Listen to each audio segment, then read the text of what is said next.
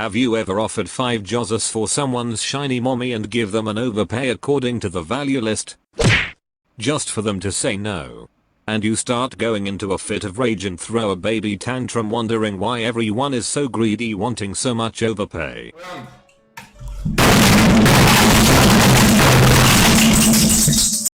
Well, would you be shocked if I told you that you aren't actually overpaying? Because the value list isn't actually accurate. So now you're probably wondering what to rely on, if the value list, your only faithful companion and savior, is inaccurate. Well, this video will be telling you how to use the value list the right way. So the first thing to familiarize yourself with is with the trends.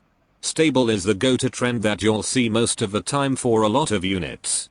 Unstable is for units that are just released into the market and will be changed to stable after a period of time. Unstable can also mean a unit is subject to value changes like Shiny Toby and Dio over Heaven.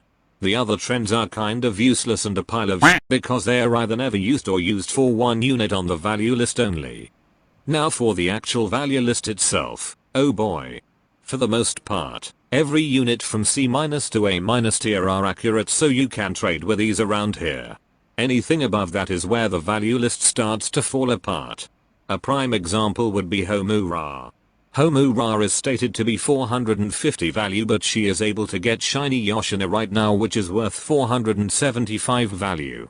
What? Bro, what are you talking about, man?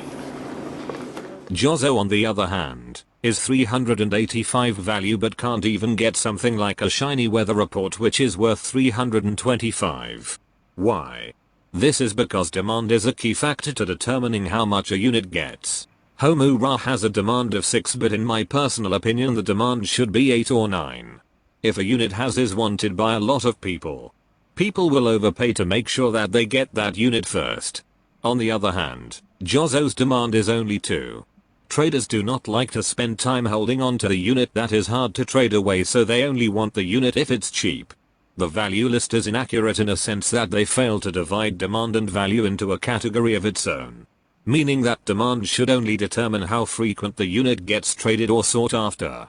And value should mean how much the unit goes for when it is traded.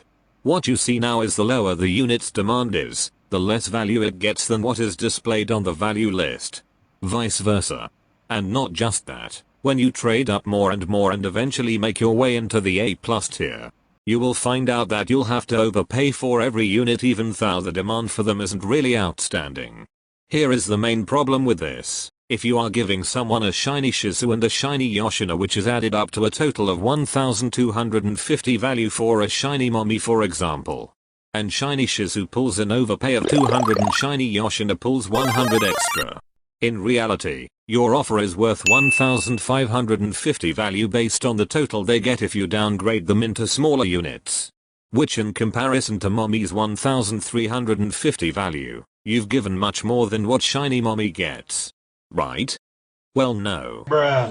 Shiny mommy pulls more almost for Homuras, and as we have discussed earlier, each Homura is worth around 400 to 500 value, which means she has more than 2000 value. And as you can see, if you're a new trader who just started trading in A+ tier, you would be absolutely confused like what the fuck. And it only gets worse in S tier. Now you can probably see why the value list isn't too accurate. So how do you dictate a unit's real value?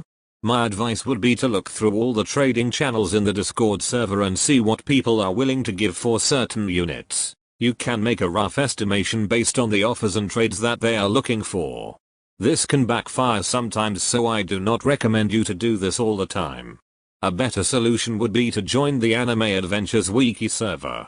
This wiki server has a channel called Value Discussion, where all the value team members who are in charge of the value list talk and discuss about value changes, etc. There are a lot of experienced traders talking there too, so you can ask them for advice. Of course, the best solution is to do your own research. The best teacher is experience, and don't be afraid to fail or do L trades as long as you learn something from it. Now you would probably be wondering about the value for LX and stats. Stats would be added pretty soon, but my guess is that it will suffer the same issues that the units are currently facing, so you would have to do your own research on that sadly. Or you can follow the few tips that I have shared just now. The only relic that is worth anything is the nail relic, which is around 200 to 250 value depending on its stats. The better the stats, the more value it can go for. All in all, this is most of the stuff that I want to cover regarding the value list. Also, a big shout out to all the value team members for putting together this value list. Even though the value list can be dog shit at times, but I respect the hard work they put in. And thank you so much for letting me shit talk the list.